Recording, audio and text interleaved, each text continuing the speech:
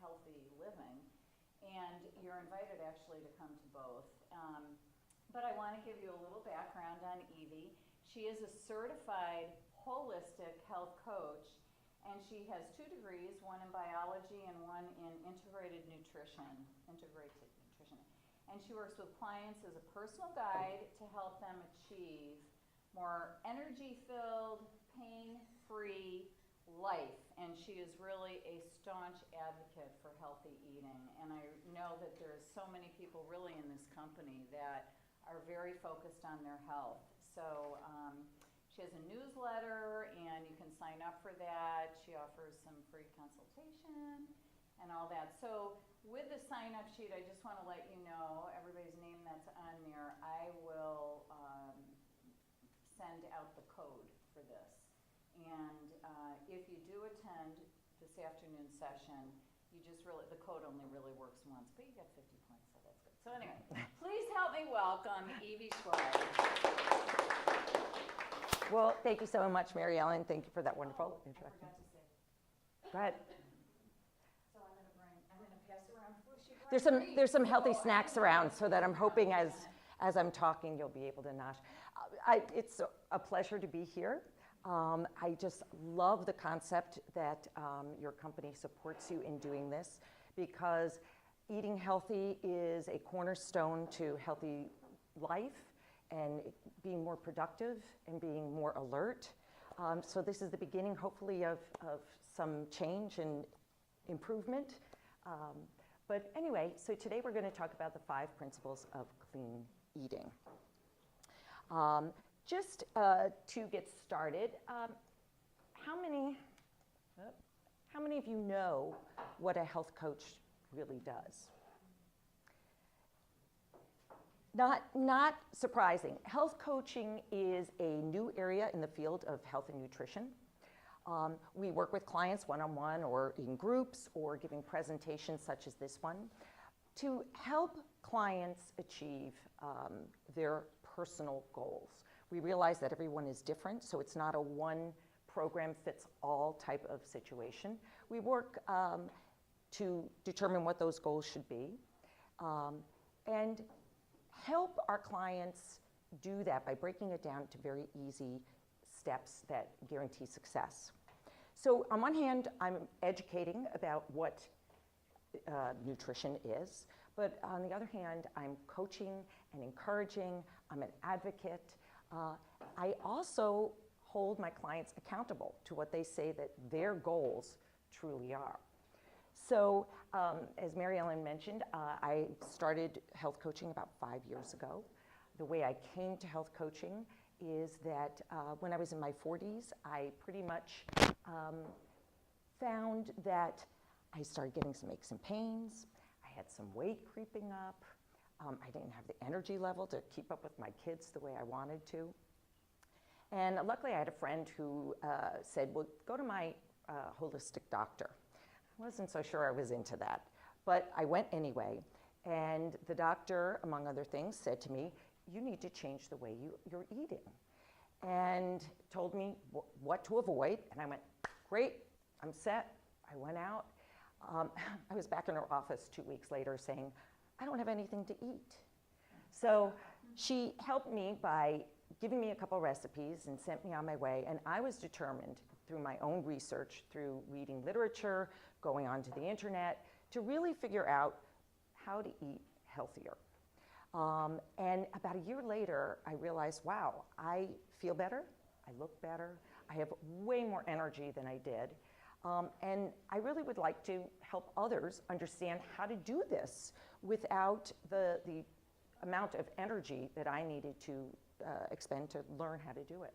So I went back to school, I got my certificate training, and as I mentioned, I've been doing this now for 5 years, helping my clients look and feel their optimal best, and doing that through educating through whole food, healthy eating, and lifestyle habits. So, enough of that. So let's talk about food. I love to ask, how many people have been on a diet before? Just give me a show of hands. Maybe some of you are on a diet right now, right? How many were successful, do you feel?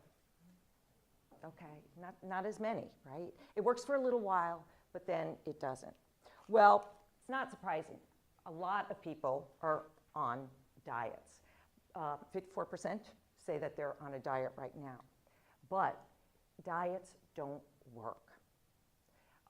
Within 5 years, statistics show that the weight is back and sometimes added pounds. So why is that? You know, what is a diet? A diet is a set of very strict rules that we need to follow, right? It tells you what to eat, maybe when to eat, how to eat. And we feel like if we break out of that we fail, right? So it's all or nothing. So it's not surprising that they're not successful. In fact, once you break a rule, you figure, oh, okay, I might as well just go ahead. Today is lost, so let's just eat the way I want to eat. Because why? Because I deserve it, because I've been so good up until this point.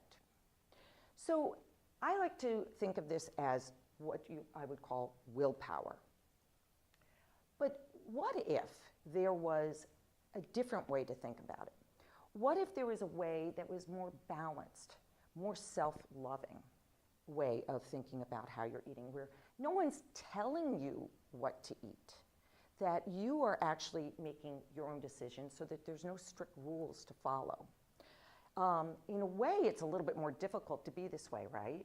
Because you have to think about, well, what is good for me? You have to stop and think, am I really hungry? So in some ways, it's more difficult. Sometimes it's easier to have someone just tell you what to do, right? But in some ways, it's very liberating. So whereas willpower is a set of strict rules, as I said, and it's easy to teach. There's tons of books out there, right? And everybody's telling us exactly how we're supposed to eat.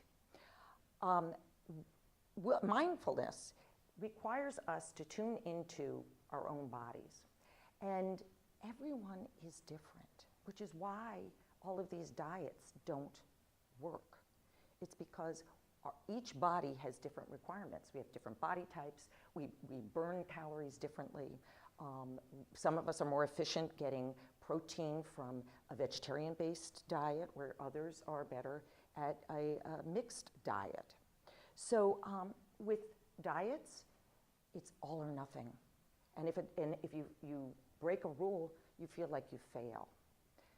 Mindfulness, on the other hand, is more about understanding that we're not perfect, that there's always ways to improve ourselves.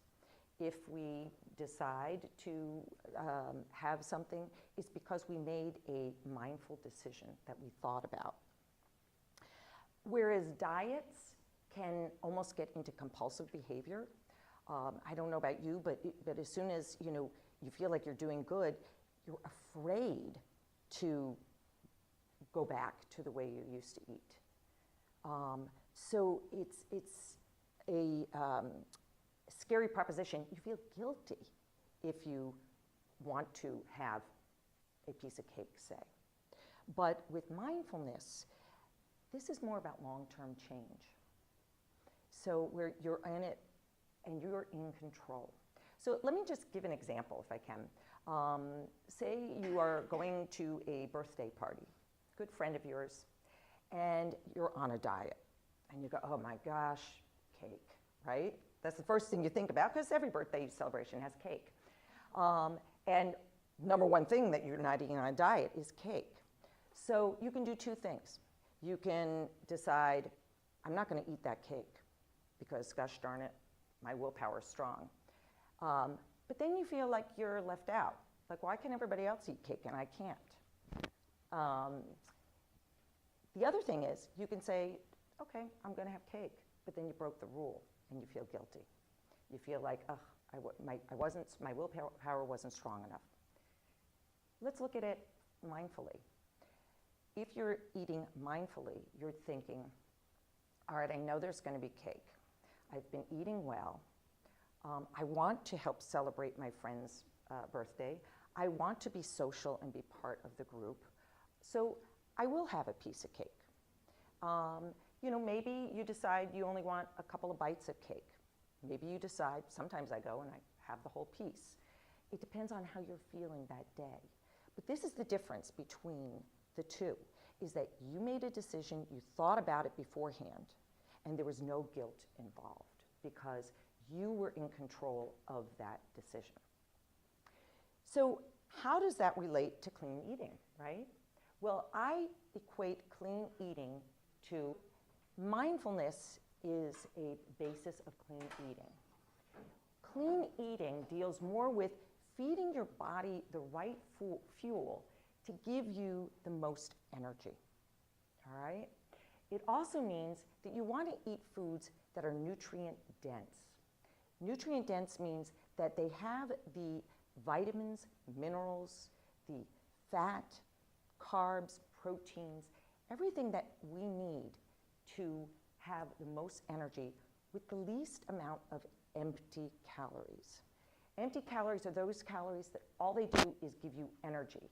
And in our society, with the way we eat, that energy tends to be converted into fat. So the most nutrient-dense foods are the ones that are the best for us. And I'm going to explain that a little bit more next. So the guidelines for clean eating are not hard and fast rules. And the other thing that I was talking about too is there's this level of forgiveness, an 80-20 rule, where, okay, 80% of the time you're in control of what you're eating. 20% of the time you realize it's out of my control. And you can go with that because you know that 80% of the time you are in control. And the other thing too is it's not how long you live, but the quality of the life that you live. And clean eating gives you a better quality of life. So, number one on the principles, it may seem kind of obvious, right? Avoid processed foods where possible. So, processed foods. Who knows, does anybody want to offer up what a processed food might be? Some great examples here. Packaged. That's the way I explain it for the most part. Processed foods are those foods that come in boxes, bottles, cans, jars. And you'll notice that I do have a couple here on the table.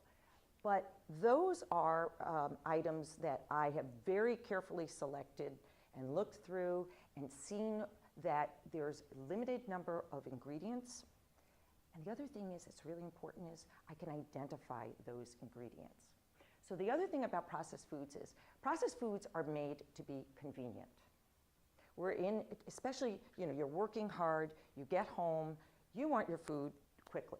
So manufacturers have developed this way of providing foods for us that are shelf stable. They can stay on the grocery shelves until you buy them. And that means that they're adding in ingredients that are not those nutrient-dense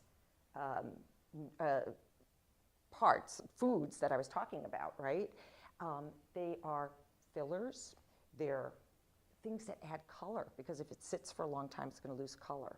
Keeps it mixed, they're emulsifiers, preservatives, all things put in by the manufacturer to ensure that when you buy it, it's going to taste good and it's going to look good, not because it's healthy for us. So foods that do that tend to be in boxes, jars, and that's why they have the nutrition and the ingredient label on the side. So we need to really be detectives when it comes to looking at those foods. But avoid processed foods. So the reason I say that is because these processed foods, these ingredients that are being added, along with high sugar, high salt, unhealthy fats, all of these ingredients make what is called the bliss point. Big money is spent to make sure that these foods taste so good that it actually affects the brain, the opiate part of our brain, and makes us crave them. So those ingredients are what are causing inflammation and illness in our society today. All right, Okay, so I just told you what you can't eat, which is, if you're a big fan of snack foods, it seems daunting, right? And this is the way I felt when I left from the doctors. I was like, well, what do you eat? Good news is, that's my, okay, before we get on to the second principle, one of the first things that you can do to check and see is take a look in your refrigerator. So this was my refrigerator 5 years ago when I went through and I said, all right, what's in there? And it is amazing how many items. Sugar is like one of the first 2 ingredients. Or there's so many ingredients that you don't know what it is. So I would encourage you just to try that as a little exercise. See what's hiding in there. So principle number 2, eat whole natural foods, especially plants. So again, not really all that surprising, right? But the reality is there's so much out there that we could be eating. And again, I wanted to bring a sampling just to show you what there is out there. And the reason these are so healthy for us is because this is what Mother Nature has provided for us. And that's how you know it's a whole food, natural, healthy whole food, because it looks like how it grew. And these foods tend to have the perfect balance of the proteins, the fats, the carbs, the vitamins, the minerals that we need to function. Remember I was saying eat foods that have us functioning at our optimum level. They don't have the gunk in it, which is what I like to refer to as the processed foods. It's almost like having like a car that's running on bad gasoline. That's processed foods. This is your high test. This is your good fuel. The thing that they also contain that processed foods do not is phytonutrients, all right? So phytonutrients they are chemicals, but they're made by the plant in order to protect it from pests and disease. And guess what? When we eat them, it's exactly what happens to us. They make us healthier. They are actually anti-cancer. They are anti-aging. They boost our immune system. And they have no calories. So they are doing something for us that is natural. Mother Nature provided for us. And the best part is, every different phytochemical, you might have heard it mentioned as an antioxidant before. Does that sound familiar, antioxidants? That's a phytochemical. Every single antioxidant or phytochemical has a different color. And that's how we can identify it. And each chemical targets a different part of our bodies. So the trick is, I like to say, eat the rainbow. And unfortunately, I don't mean M&Ms and Skittles. Sorry. But the way to get in a good balance, and that's what we want to do. Carrots are good for us, but if you eat only carrots, then you're only getting that phytonutrient. You want to get in a balance. And so, a red pepper is great, but try a yellow pepper or an orange pepper or a green pepper. They all have different nutrients and phytonutrients for us. Fruits and vegetables. Each color gives us different benefits. Again, the same thing holds true for nuts and seeds. Those are also great whole foods. So what are whole foods then? Fruits, vegetables, nuts, seeds, legumes, so beans. All of these are good for us. Healthy meat sources are good for us. Healthy dairy sources are good for us, all right? The trick is to keep away from as much processing and as much added sugars to those items as possible when you start talking about your dairy and your packaged goods, okay? So let's move on. So let me just move. Okay, so let's go on to the next one. Start your day with a good breakfast, all right? That contains healthy fats and protein. So one of the things I wanted to mention to you is I usually follow up a talk with a follow-up newsletter, and I will add in some healthy breakfast ideas for you because I'm going to mention why it's important, but I want to give you the ammunition to try it out for yourself. And I have some examples here. Eggs are a good example. An oatmeal or porridge with nuts and berries is a great example. A smoothie is a good example as well, as long as you're adding in those healthy fats and protein. So why do I say that? Typical standard American diet, we've come to believe that breakfast foods consist of dry cereal for the most part, maybe hash browns, or all of these pancakes, all of these foods that are breakfast foods. The other thing I like to mention is breakfast food doesn't have to be breakfast food. You can have leftovers from dinner last night, the best breakfast for you, because it's high in protein probably and high in healthy fats and healthy carbs as well. So the reason I say this is because healthy fats and proteins give us sustained energy. The cereals that we're eating that are highly processed, remember again I said look at the package. Look and see how much your breakfast cereal has in the way of sugars. It's amazing. And what happens when you eat sugar is you get immediate energy. You feel great. You're going to take on the world. You get to work. You're sitting at your desk. And I don't know how many of you have done this, but I was a victim of it. By 10:30, 11, I start to drag. And I'm thinking, oh dear, lunch is not until another hour. The reason is because sugar gives us great energy. We feel good. But then our body says, wait, this is too much energy. I'm not using it up. I'm going to store it. And it takes it out of the blood system and stores it typically as fat because we're not exercising. And then the body says, well, wait a minute, I don't have any energy. And that's where you have that crash. All right?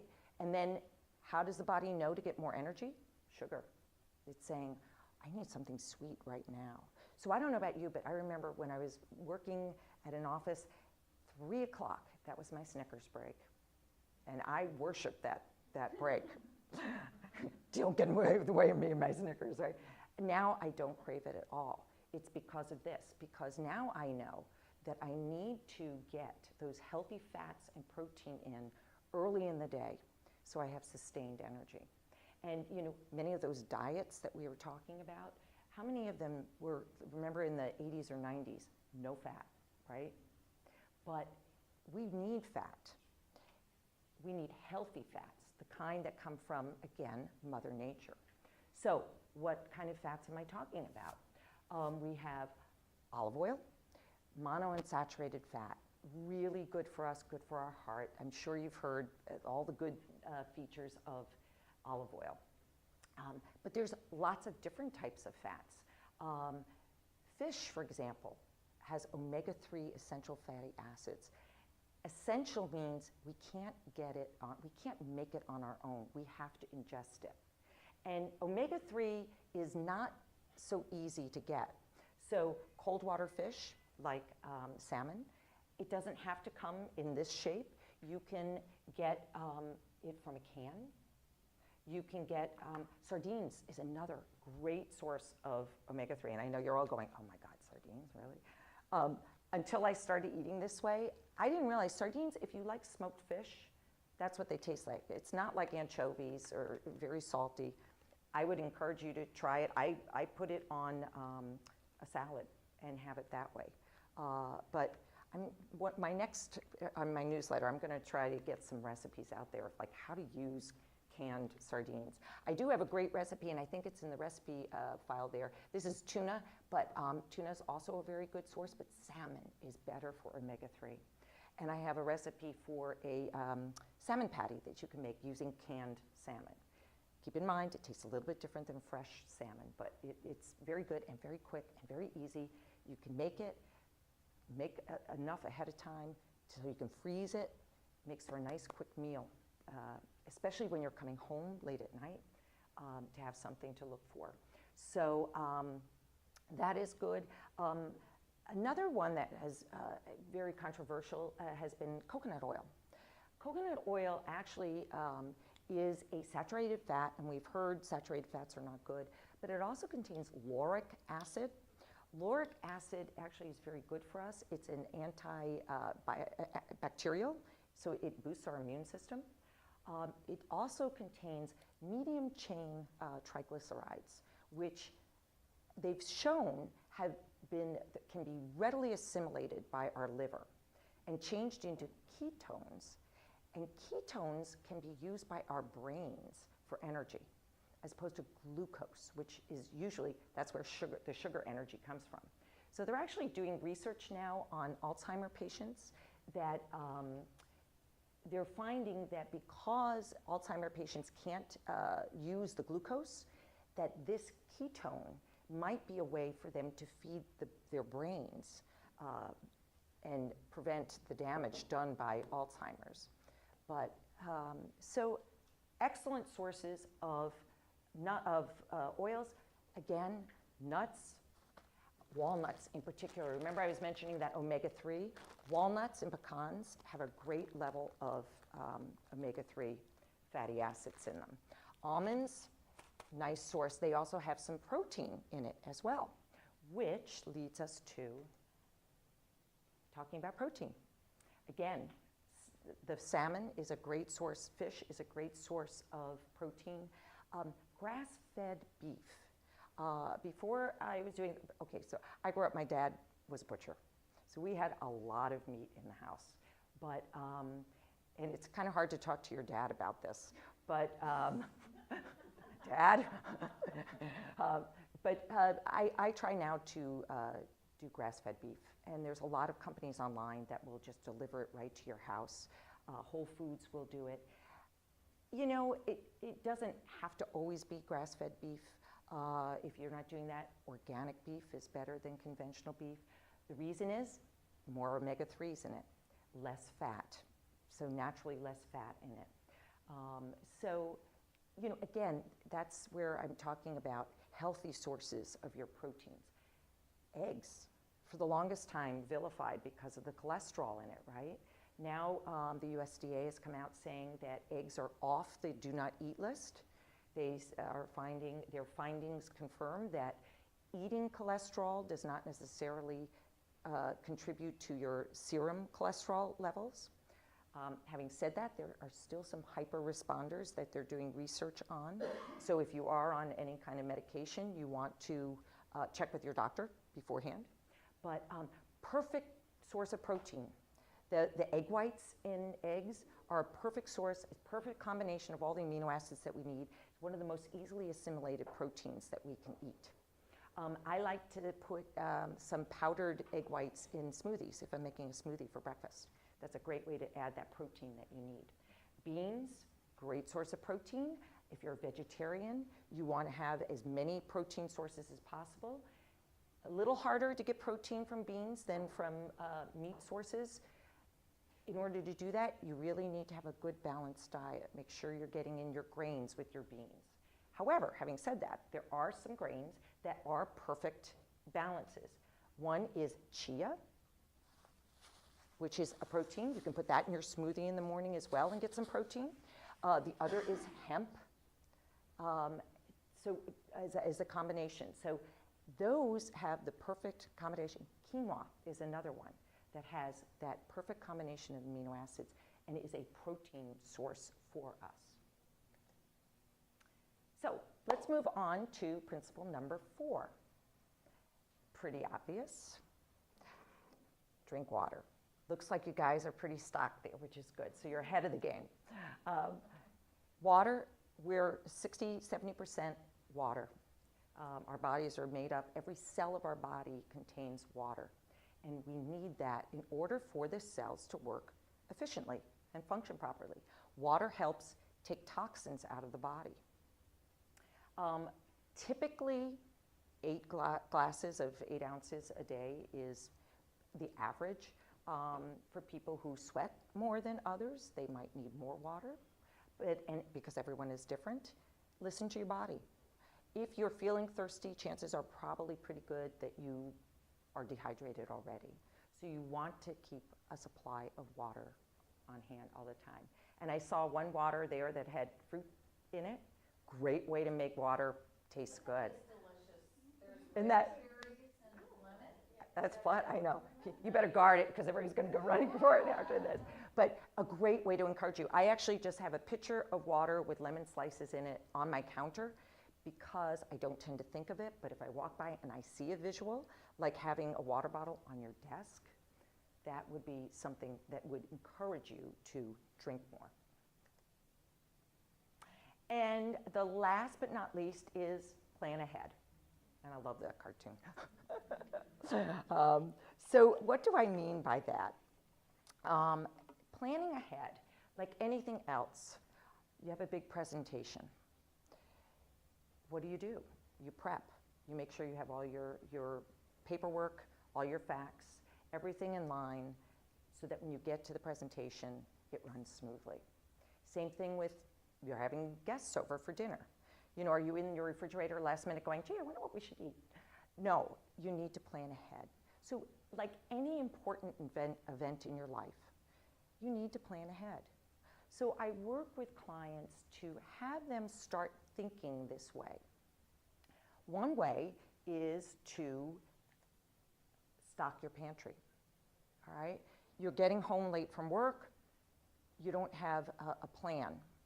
All right, sometimes you do, but if not, I've got a pantry that's filled with stuff that I can just pull out and throw together and get a meal. I've got my beans, I've got my salmon, I've got some salsa,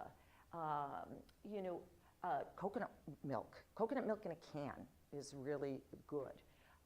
All of these are all my beans, so that if I have time, I'll soak them and cook them. But for the most part, having things on hand, rice, brown rice, black rice, quinoa, all of those standards make a great meal, and you can just throw it together. So plan ahead. I had one client who was coming home and had young kids and was struggling to figure out what to make for dinner. And she came up with this great strategy. She got a chalkboard that she put in her kitchen and put every day of the week on it. And over the weekends, she planned out what she was going to have for dinner. And over the weekends, she went shopping and she got the foods, and if she had time, she chopped up the vegetables or whatever. And then when she came home, she just looked at the board and went, okay, that's what's for dinner. It took a lot of that stress out because she knew ahead of time what she wanted to eat. And chances are pretty good, if your pantry is stocked well, you're going to eat well. You're not going to be craving those sweets because if you're eating fats and proteins, that calms the sweet cravings. Chances are, if you're craving a snack, hummus and veggies is a great, or crackers, is a great way just to have a little something to take the edge off so you're not tempted to eat something a little more processed. Again, too, for work, think ahead. Make your lunch and bring it. As I was walking here, I noticed there's a lot of great places for lunch around here. The roti and the sandwich places and I can never say prêt-manger, but and when you're there, make healthy choices. Don't assume just because they say they're healthy that they are. But start educating yourself.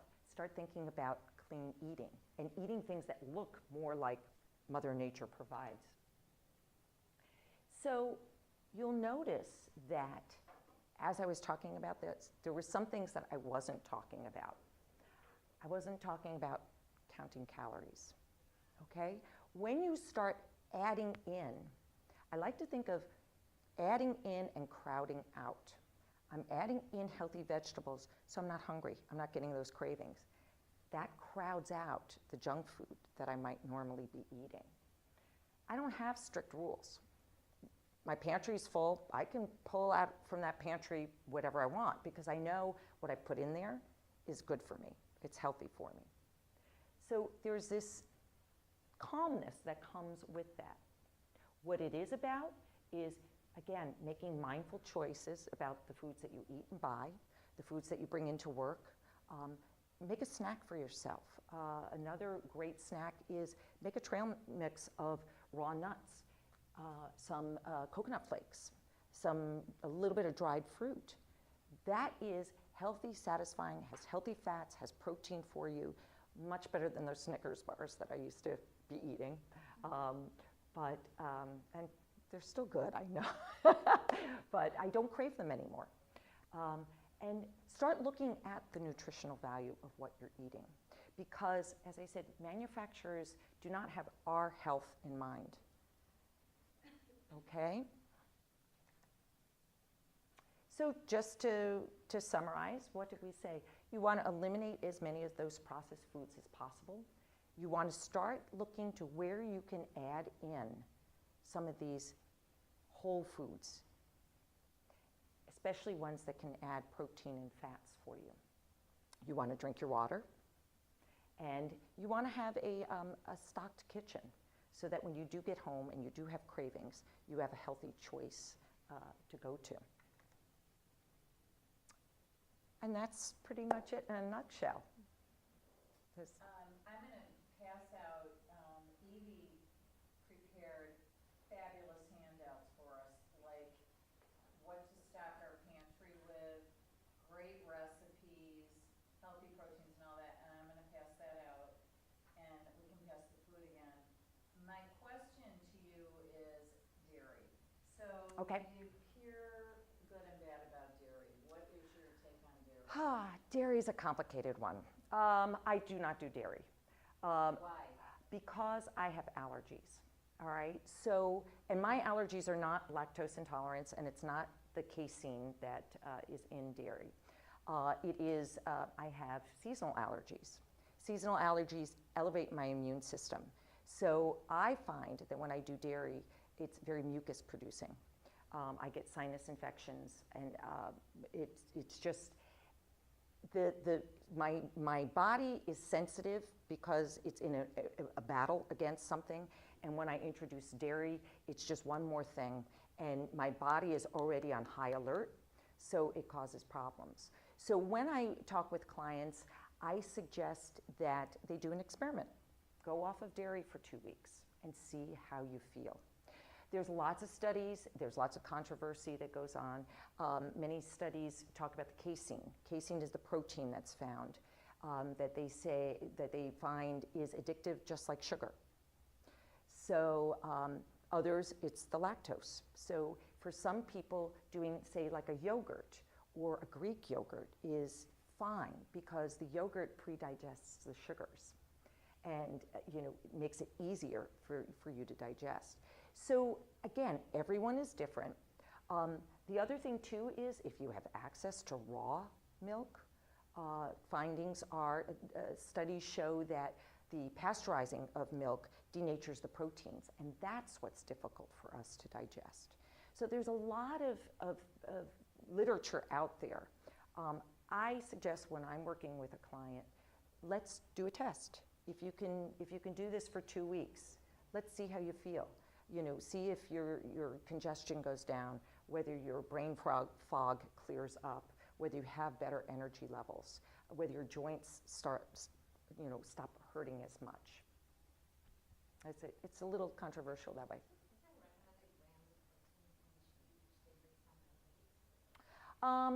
It's that again is so interesting because studies used to come out saying that as Americans we have way too much protein.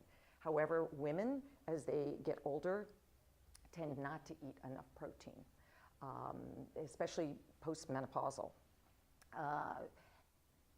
1/3 to half your weight in grams is kind of a guideline to do. I don't measure. That's one of the differences between a health coach and a nutritionist. I'm not measuring exact amounts, right? Remember rules? There's not really the rules. You have to see what works for you. But in general, 1/3 to 1/2 is a good guideline. I try to get a little bit of protein in each meal. I keep having my speaker slip down on me, sorry. Any other questions? If you'd like to, you're welcome to come up and take a look at the items that we have up here, and I'd be happy to answer any questions that you have. Is there any truth to this whole thing about if your olive oil solidifies in the fridge, it's a higher quality or it's a better olive? That is one of the tests that you can do. One of the issues is that with olive oil is that it can be mixed with other oils. So there's been a controversy over that. One of the ways to avoid that is just, again, to look at the label. So for instance, this one that I have, Earthy, is a single source from Greece. I actually know the company, the woman whose husband runs the company. And they get it from a single region in Greece to do that. Single origin is good.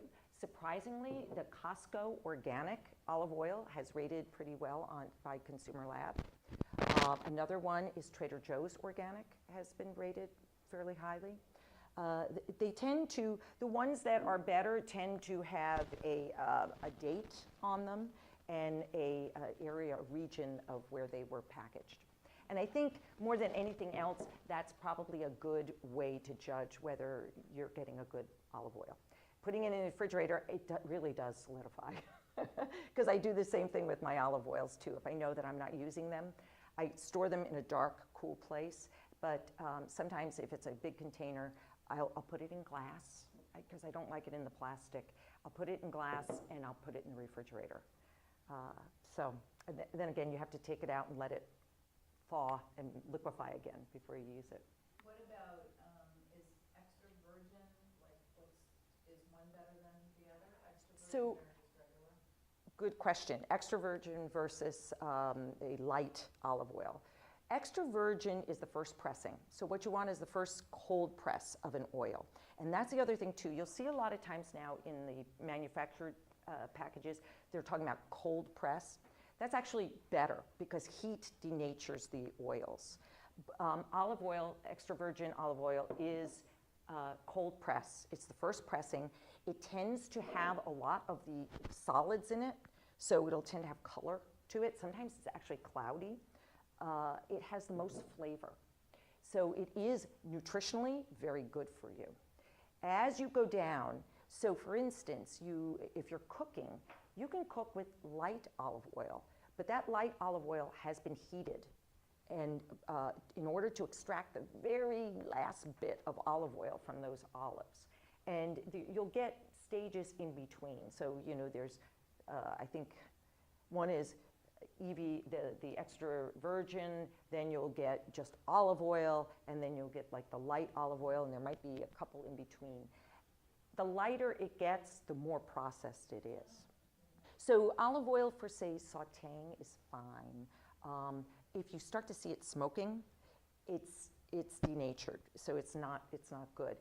Coconut oil, much higher smoke point. Avocado oil is actually a higher smoke point, so that's a good one too. That's a good, and it's got a great flavor. So what I tend to do is I tend to use this for salad dressings, or drizzling over vegetables, kind of more as a finishing olive oil. And then I have a cheaper, more processed that I'll use for cooking because it has less of the solids in it too that tend to burn. Okay, so I'm so excited I'm going out to lunch with you because I'm but just your comment on the vegetables. So Sure. A lot of times what I do, I'll put olive oil and seasoning in a bowl, and then I'll put all my chopped vegetables in, and and then grill it or something. But is it better to put the olive oil on afterwards? A good question. I roast my vegetables with olive oil, and I've done a lot of reading on that. And depending on who you read, I have not heard that it's bad to roast in olive oil. I mean, it's been done for centuries. And the studies that were done said that the oil doesn't actually heat up to the oven temperature, and therefore it's not getting as hot as you might think. What I have read is you don't want to salt until the end because the salt tends to raise the temperature of the oil. And I do grill with the olive oil as well. Again, my history comes back, like we're all different. My dad's side of the family, that was a butcher. We're also Italian. So we grew up with a lot of pasta and a lot of olive oil. So, you know, you can change the girl, right? What's your opinion on honey, raw honey, Um, honey? I will do, occasionally, I will do honey. I tend to try not to add sugars to the foods that I make. In fact, the recipes that I give you tend not to have added sugars. If I do, I will use honey. Raw honey is great. Local honey is great. Or I'll try maple syrup, but real maple syrup, because you have to be careful. Look at the ingredients. Make sure you're getting real maple syrup and not high fructose corn syrup, which tends to be a lot of the lower end syrups now, where they do that and they just add maple flavoring to it. What happens is, and this is amazing, because I used to be a coffee drinker, and you know, that was one of the things that I backed off of from my diet and switched to tea. Tea is a lot lighter. It's amazing how you get used to something if you have a reason, if you know why you're doing it, and you know that this sugar potentially is elevating your blood sugar levels and you're going to crash, and that's why you need the caffeine with it, right? So, you know, once you understand that, then you might want to try just to back off. It's cold turkey is hard, especially if it's a caffeine issue, because there are physical withdrawals that go with it. Same thing with sugar. There's physical withdrawals that go with it. But like I said, my diet changed. It wasn't easy. It's amazing how sweet this peach will taste to you once you're not eating candy. It's just amazing. And people look at me, my husband like laughs because I changed my diet before he did. And at one point he looked at me and he goes, wow, this really does taste better. You weren't kidding. I thought you were just saying that just so you get people to eat it, you know? So it really does, it takes time though.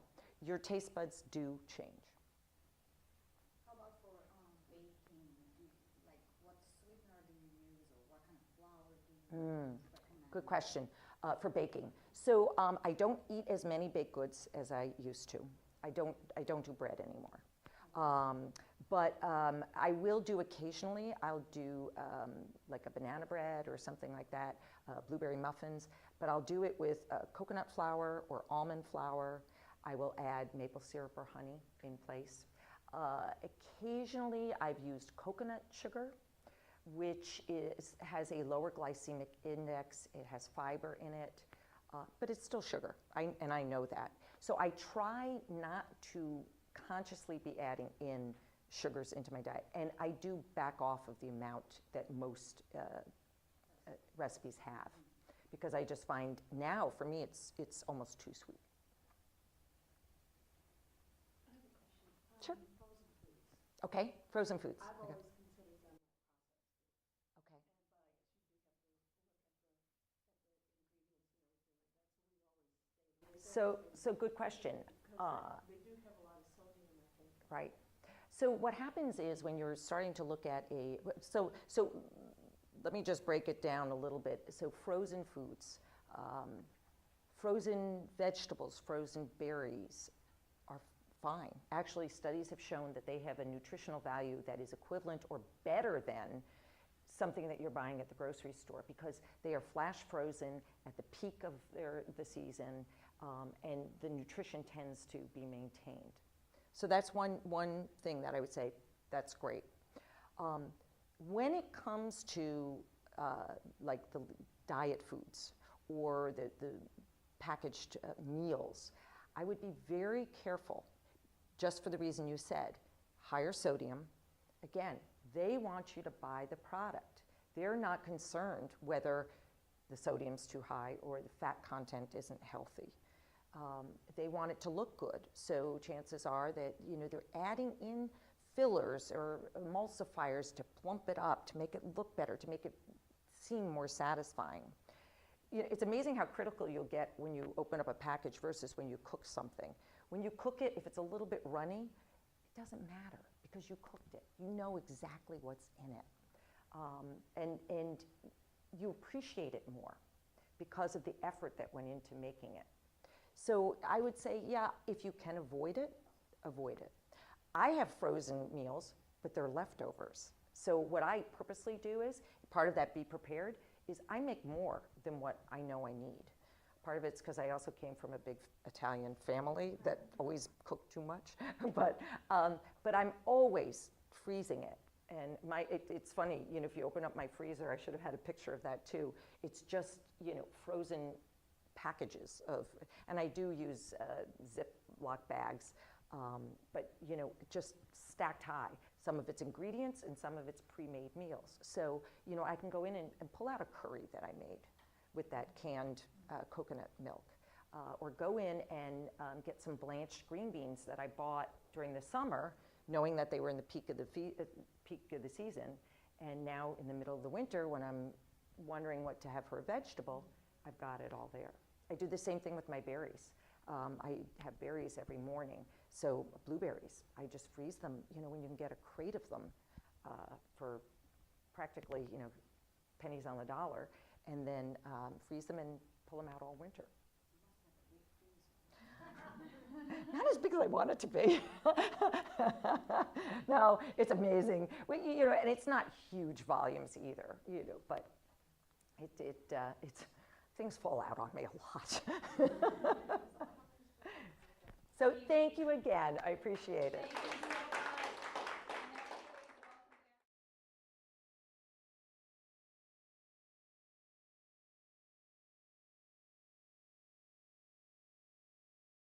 So I want to welcome everybody to the second, This conference is being recorded.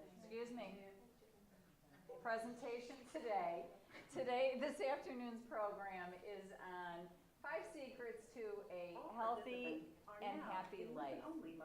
And I'm really happy to invite Evey Schweig here. Happy to be here. And Evey has actually known my sister for quite a while, and she and I just met last night in a parking lot in Northbrook.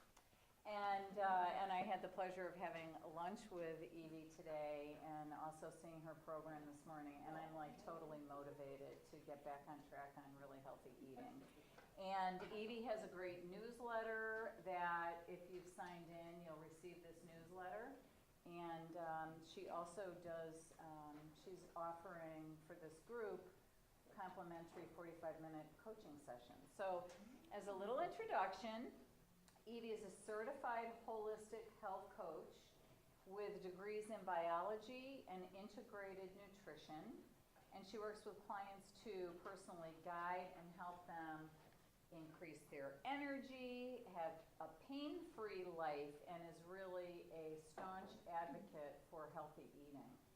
And when you see some of her recipes and just talking to her, it's really cool. Like I am going to make now yogurt, dairy-free yogurt made with cashews. Like, who would have thought? But I'm so excited about all the stuff that we can learn. So Evey also has a blog and all that. So please help me welcome Evey Schweig. Thank you. Thank you for the lovely introduction. You're welcome. We had a lovely lunch together. That was a healthy lunch. Thank you. So I apologize to anyone who was here this morning. There might be a little overlap in the introduction and in the beginning, but there's lots of new stuff to come as well. So just as a way of introduction, there we go. I just was curious to know how many of you are familiar with what a health coach does?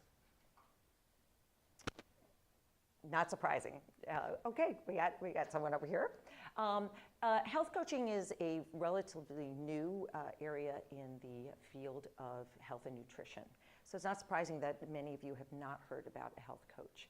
We differ from nutritionists in that we take a holistic approach and we actually look at the entire individual. So even though I work as a health coach, and I talk a lot about food and nutrition, which we will do a little bit today, I also look at other aspects, and we talk about other aspects of people's lives. So individuals come to me with goals in mind. Everyone is different. I work with them as a coach to encourage them to I help break down their goals into very doable little steps so that they have success along the way. But I also am there to educate, but also to support them and hold them accountable to what they say their goals are. So just a little bit about me. I started coaching about 5 years ago. I came about it in kind of a background way.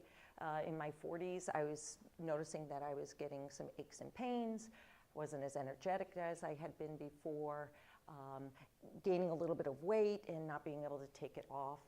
And very lucky to have a friend who recommended me to a holistic doctor that she was going to.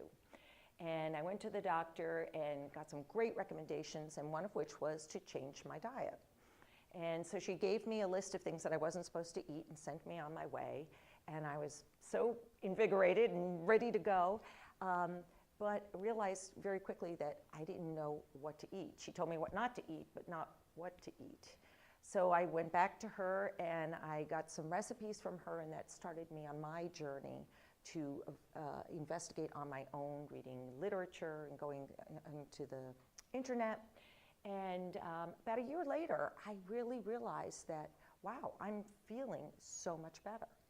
And I thought, if I can help others do this without having to go through this on their own, which is very difficult because you want to be motivated. So I went back to school and I was certified as a holistic health coach. And as Mary Ellen mentioned, I've been doing this for 5 years now. I work with my clients to have them look and feel their absolute best. And I do that through educating them about healthy eating and lifestyle tips. So, you probably want to know what these secrets are. Before we get started though, I wanted to go through with you an exercise that I do with clients, and it's called the Circle of Life exercise. So you notice everyone should have a pen and an exercise in front of them. You'll notice that there's a circle here. It's separated into 12 different sections. Each one of these sections represents some aspect of your life. And the activity is to put a dot along the line according to, say, this one's career. If you feel your career is absolutely wonderful, couldn't be better, it would be all the way out here. If you feel that maybe you need to pay some attention to an area, then put it in a little bit closer. Those areas that you want to spend the most attention thinking about and putting energy into probably are going to be in towards the center of the circle. Okay, did I make that clear? Okay, so I'll give you a few minutes to do that. So in doing this exercise, did anybody learn something about themselves? Or were there any surprises when you were looking at this wheel?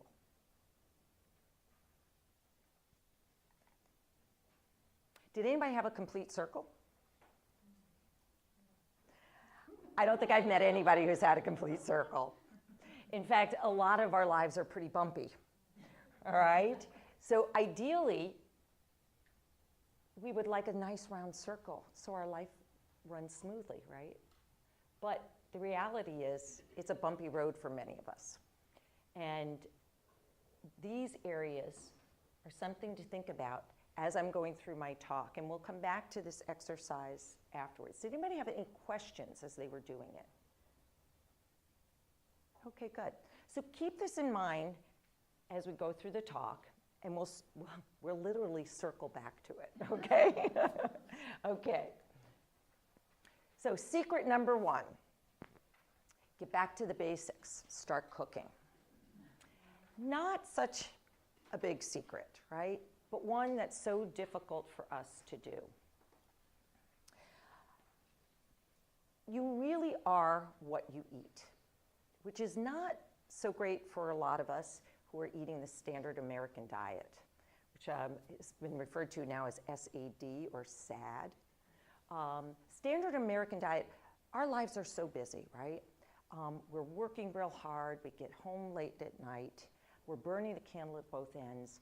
How many of you find you get home, you're ready for dinner, and you just really don't have anything prepared? You find it's difficult, right? So luckily, we have places we can go to buy a quick meal, right? We've gotten used to this. In fact, we've come to depend on getting food quickly, and not only that, but we eat it quickly because it's not a priority to sit and take time and eat. Well, it turns out that in order to do this, we have companies that are preparing for us foods that are called processed foods. And these processed foods we've come to depend on, right? They're packaged. You know, you just have to zip open a bag, throw it in and heat it up, to open a jar, pour it in and heat it up. Problem is, with these foods, there's a lot of additives, all right? So we've got chemicals that are added, coloring agents, emulsifiers. All of these additives are made to keep the food fresh for when we want to use it. But they're not necessarily good for us. And it turns out that the additives that are being added to these foods, along with high sugar, high salt, and unhealthy fats, are what are leading to illness in our culture today, and obesity. Obesity, diabetes, heart disease are now being attributed to these additives that are being added to nutritional foods. So what are we to do, right? We really need to start looking back to the basics and get back to whole food eating. Foods that have the optimal balance of nutrients for us. So when I say whole foods, what exactly am I talking about? You can see here, it's what looks like came from Mother Nature. So I brought a few samples here today, and you're welcome to come up afterwards and take a look at them and ask me about them. But the basics of them are fresh fruits and vegetables in a variety of colors, nuts and seeds, grains, healthy fats, and proteins, okay? And proteins that are clean proteins. So we need to start thinking about getting a healthier protein source and make sure that we're doing healthy dairy as well. So having to prepare foods doesn't have to be difficult. You don't have to be gourmet to do it. It just takes little steps to start. You can start by doing one meal a week. Find one recipe that you like and you get really good at it. That's one way just to start to see how it works. You'll find you'll enjoy your food a lot more because when you put your energy into it, when you put your love into it, you're actually sharing that with your family. So secret number one is just to get back to those food basics and learn to cook.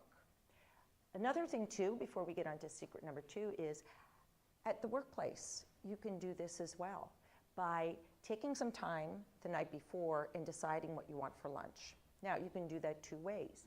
You can do that by preparing your lunch and bringing it in, or you can decide where you want to go for lunch. Say you're going out for lunch with friends.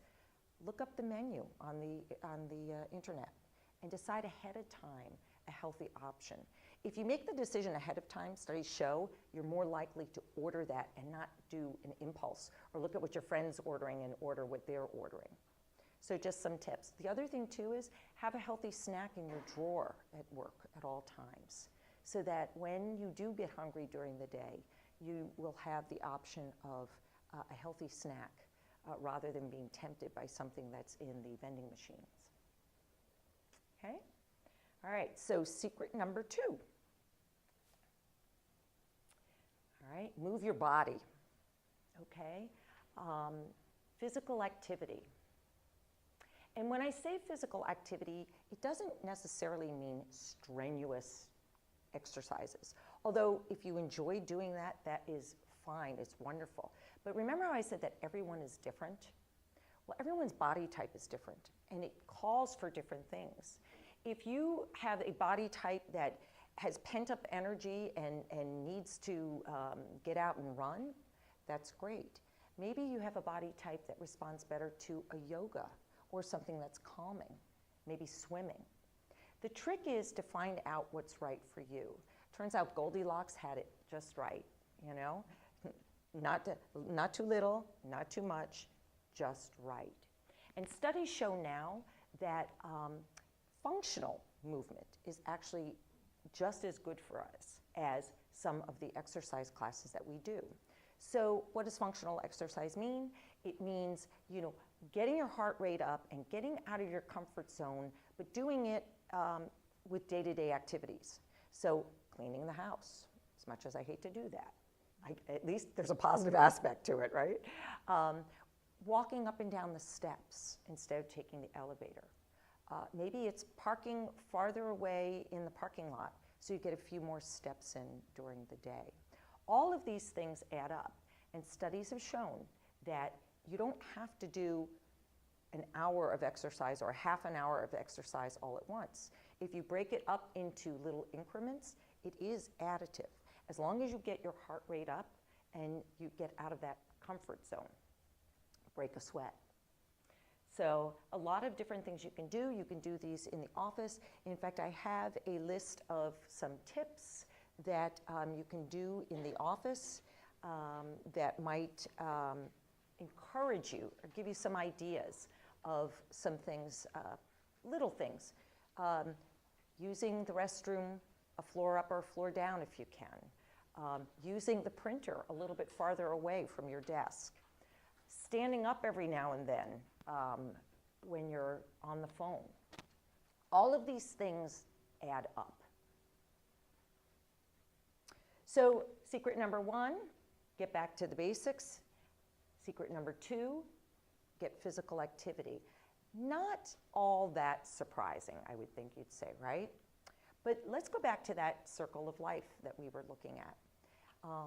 It turns out that these 2 factors are not the only things that are important. There are other factors of our life, other factors on that spoke that are equally important. And I wanted to talk a little bit about that today. So that gets us on to secret number 3. Connect with others. Sometimes we are fed not by food, but the energy in our lives. All right? So connecting with others is one way to feed the energy in our lives, to make ourselves happy. How many of you here are familiar with Dan Buettner's study called the Blue Zones? Have you ever heard of it? Oh, it's a great, there's a movie out and it's also a book. So Dan Buettner is a researcher and author that decided to go out to 4 different communities in the world and interview these people.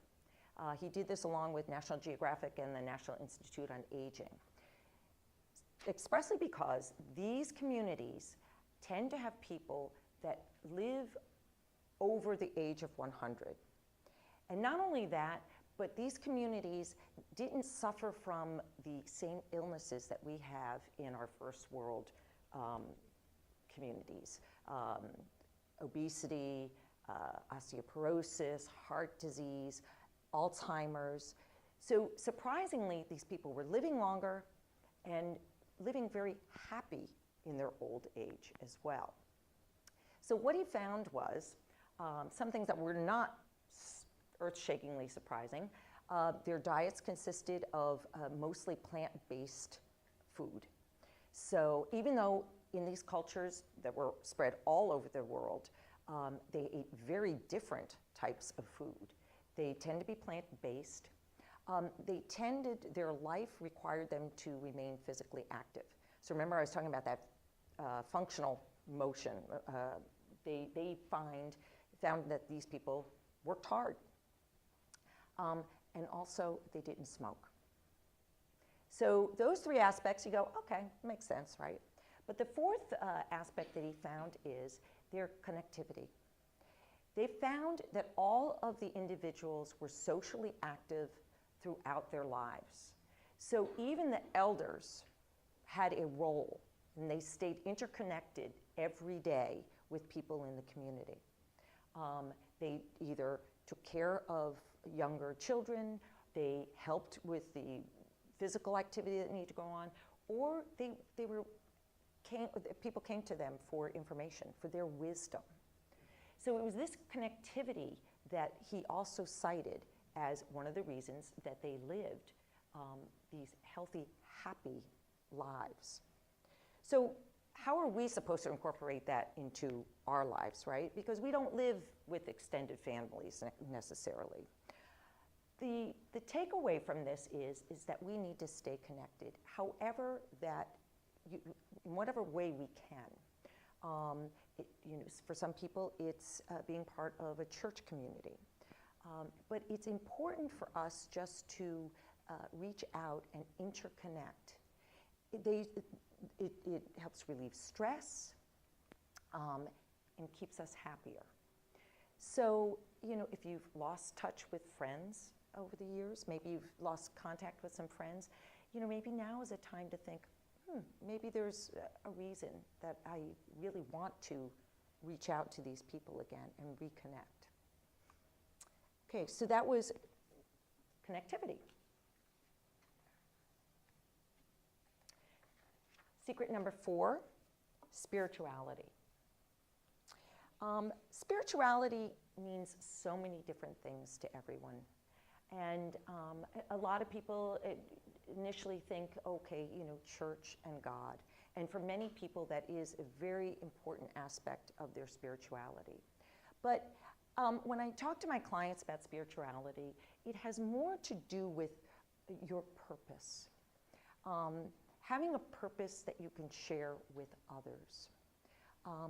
Actually feeling like you're part of something that may be greater than just yourself and belonging to that. So as I mentioned, that could be the church, it could be a synagogue or the mosque, but it can be so many different things to different people. It could be as simple as communing with nature, going out and enjoying and feeling part of that whole. It can be meditation, just sitting quietly and feeling that inner peace. It can be reading meditative or inspirational writings. All of these things, whatever feeds your soul, whatever makes you happy and feel peaceful, that is a way to connect spiritually. Another quote here from Joshua Rosenthal, who was the founder of the school IIN that I went to. We need to learn how to walk a middle path, to be sensitive to the natural flow of events, while not throwing away our own determined idea of where we want to go. So being aware that we have our own individuality, but that there might be something greater. So whatever your definition of spirituality is, I encourage you to embrace it. Okay, and last but not least is self-care. All right? A way to recharge your battery. We cannot help others if we ourselves are sick or need help. So one way to do this is to take a little time for ourselves. I love the example of when you're traveling, when you're on the airplane, they're doing the safety talk, right? They're talking about in the event of cabin pressure falling, what happens? The oxygen mask is going to come down. And what do they say? I'll put it out to you. What do they tell you? When the oxygen mask comes down, what do you do? Take care of yourself and your child. Exactly. Put the oxygen mask on yourself first and then help those around you. Same thing, because you're not going to be able to do anything if you're not getting oxygen, right? The same thing with taking care of yourself. So one way to do this is to start thinking about your sleep. So I don't know about you, but when I get really busy, it seems so easy to just get up a little bit earlier or go to bed a little bit later just to get a few more extra things in. But it turns out that sleep is much more important than just re-energizing ourselves. A lot of things happen when we're sleeping. We're rebuilding muscle. We're balancing hormones, especially hormones that are used for growth and appetite. So it turns out if you're not getting enough sleep, it could be leading to weight gain. So these things that you don't think about, it affects your mood. So depression and everything, all can be related back to the amount of sleep that you're getting. And not only that, but sleep, you can get a sleep debt. So say on average, the average amount is about 8 hours of sleep. Say you're getting 6 hours during the week. So that means that you're short 2 hours every day, which means by the end of the week, on the weekend, you're 10 hours behind in your sleep. So if you think of it that way, you don't regain it.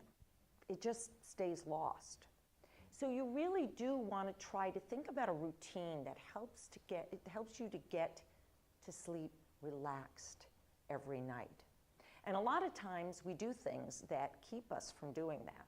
And a lot of times what I do then is I talk to my clients about, well, what is your nighttime routine? You know, how late are you eating your meals? Because what happens is if you eat meals late, a lot of the energy is going into digestion, not into balancing those hormones that we were talking about.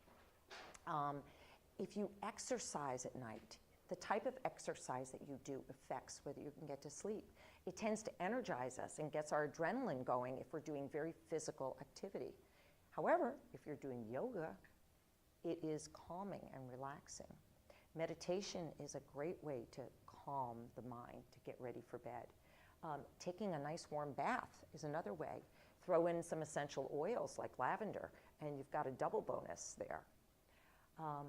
But one of the biggest things that our culture is falling into right now is having our electronics on. The blue light that's emitted from our screens turns out excites the brain. It actually agitates the brain. So when you're looking at or reading something on your computer, it actually is aggravating and keeping you from a good night's sleep.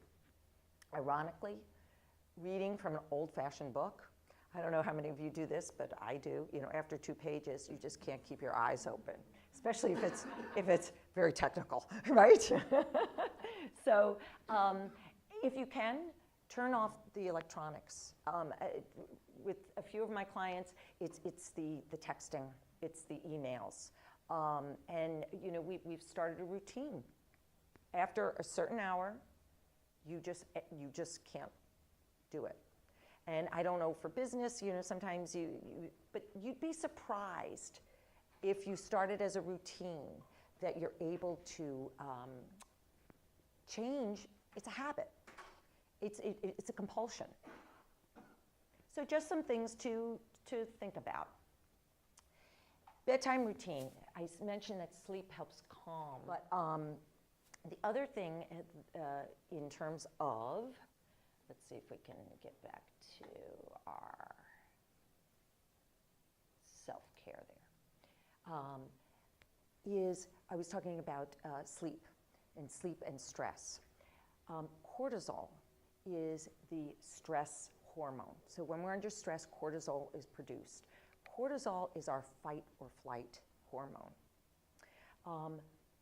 Many times in our society now, originally cortisol was made for immediate danger. So, you know, it sends blood to the brain and to the muscles and to get us activated and motivated to get away from whatever that danger was. These days, stress is emotional as well, and it's constant. And if our cortisol levels stay high, it doesn't balance, we're not able to rest. And we need sleep to balance the cortisol. If the cortisol's down, that allows melatonin. Have you heard of melatonin? It allows that hormone to surge, and that's what gives us a good night's sleep. So cortisol, we want to control that.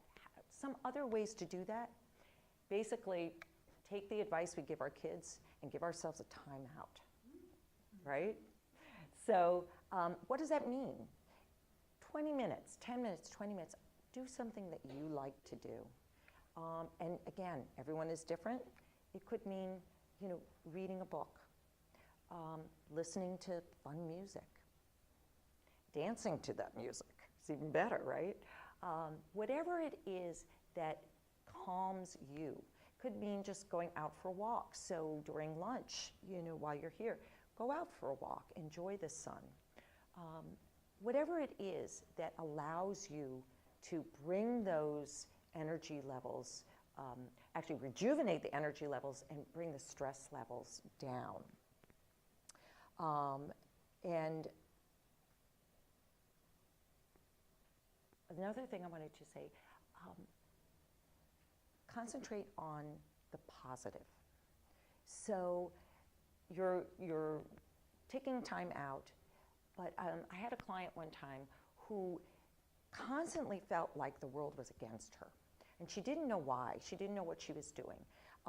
She felt like her family wasn't supporting her and her work wasn't working. And we analyzed, we looked at what was going on. And we decided that maybe what she needed to do was keep a gratitude journal. Studies show that if you look at the positive things in your life, you just naturally will start feeling happier. And this is what she did. So every night, just 3 simple lines. She wrote down 3 simple lines of 3 things that she was grateful for that day. It could be something as easy as, it was a sunny day and I appreciated the sun. My kids helped clean up the dinner table. Whatever it was, she started writing it down. And within a couple of months, she actually felt better. Her attitude changed. She started thinking about all those positive things in her life and stopped sitting and thinking about the negative. So, it's a very simple thing to do. It might be another simple little tip that you could try. Takes a few minutes and could make a lot of difference. Something related to that could be just random act of kindness. Just give a random act of kindness to someone. Smile at a stranger going down the street. It's amazing. You walk down in the city and nobody's looking at each other. If you look at someone, make eye contact and smile, but you're passing on that good feeling, that positivity to someone else. It could be holding the door open for a family with a stroller, bringing a pot of soup over to a neighbor that's ailing. Whatever it is, it could be something letting someone in on traffic, in traffic on the way to work. It's amazing how just doing that makes you feel so good, proud of yourself that you did it. So I would encourage you all, just try it, see how it feels.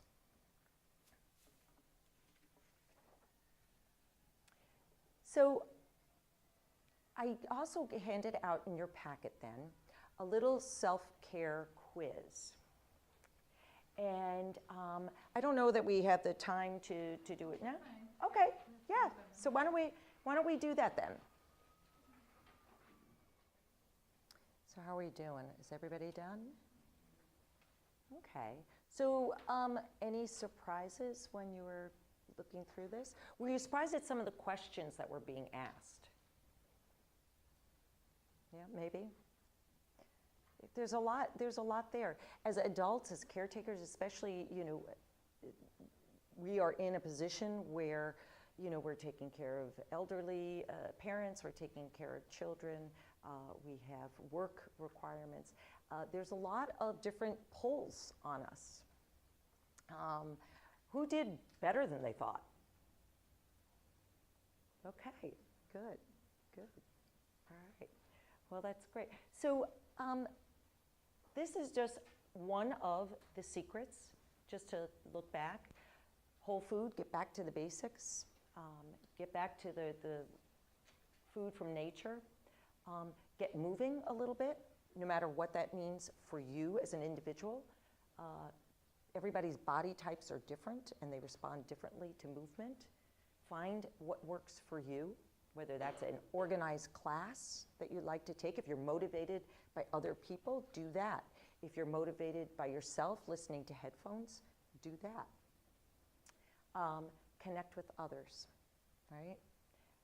Spirituality, find a connection that gives you purpose, that feeds your soul, makes you happy. And self-care. Give yourself that time out that we all deserve. It doesn't have to be a negative thing, right? So let's just take a look then back at your wheel again and see. So we touched on many of the aspects of that wheel in the talk today. So I would challenge you then, it's one thing to know that these things are important, it's another thing to put them into action. So I mentioned a few little tips as I was going through ways you might be able to do that, if that was something that was lacking on your wheel. I encourage you now just to take a moment, look back at your wheel, and pick one or two of the areas on your wheel that you might want to spend a little bit more time and attention on.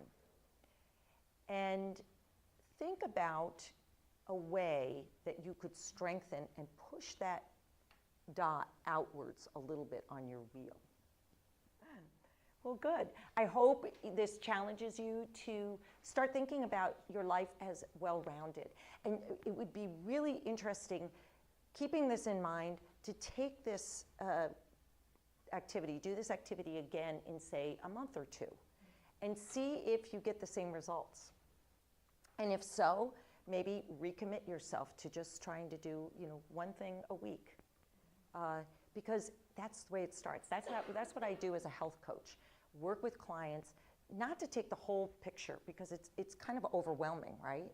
But just to take one aspect and say, all right, let's do one thing this week. Let's see if you can make a phone call. Let's see if you can cook one meal. That's all, just one meal this week, and see what your results were, how that worked. Did your family like it? Were you encouraged to do it again? All right. So, does anybody have any questions? I do. Okay. On the, could you go back to the sleep? Oh, you think that's easy? You could do the arrows maybe Yeah, okay. on the keyboard. All right, it's all right. One of them. Here, I'll do it here. Hold on. I got it. Oh, thank you. Okay, thank you. So Oh, I that actually have keyboard. two questions. So plow through it and still try to go to sleep, or can I get up and have something to eat? Because you're saying that like I need to rebalance my hormones and when I'm digesting and not. Right. So what I'm thinking, if that's the case, is that, so it's very interesting with dinners. Protein takes a long time to digest, but it can almost take too long to digest. So what's good to get with a dinner is a complex carb. So you might want to think about adding in a baked sweet potato or something like that and see whether that holds you over longer. You have a fast metabolism, and you are going through it more quickly. If that's the case, it might not bother you to have a small snack, have a banana or something before you go to bed, because you don't want to wake up in the middle of the night. So like I was saying, everybody is different. That's a really good question, and it is something that we would talk about. Again, experiment, try, see what works for you. And then I have this. Sure. Does caffeine stay in your system longer than 6 hours, or like I'm not quite sure the exact amount of time that it does, but this is just kind of a recommended. Again, everybody's probably different. If you metabolize quickly, you probably metabolize caffeine quicker than other people as well. But it's prudent to cut back earlier. like if I stop drinking, if I have a mug of coffee that's done by 9 a.m. Right. Should that be out of my system? I would think so. I would think so. If I'm having trouble falling asleep, it's not because of that. No, it could be your cortisol levels. So the problem with the cortisol levels is that in our society where there's a lot of stress, cortisol goes up ideally as the day goes on. Here, I'll do it in reverse. As the day goes on, you want your cortisols to dip. So right around lunch, it's kind of dipping. You might get a little bit of bump in the afternoon, but by dinner time, you want your cortisol levels to be low, and that allows the melatonin then to rise, all right? In our society, what's happening is because our body senses it's in a constant state of stress, is high, high, high, high, ooh, high, high, high, high. And you know, nighttime comes and our mind is racing. Our body's tired. Physically, we need rest, but our brain is still on. So we need to take these measures, the gratitude, all of these things that helps level out those cortisol levels. So it's our environment affecting physically, chemically, what's going on inside of our body. So there's actually a chemical reaction that's going on to what's around us.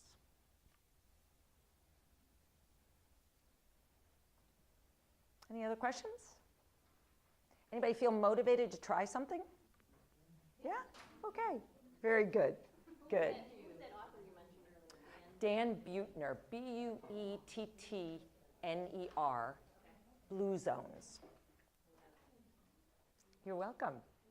Thank you so much. You're welcome.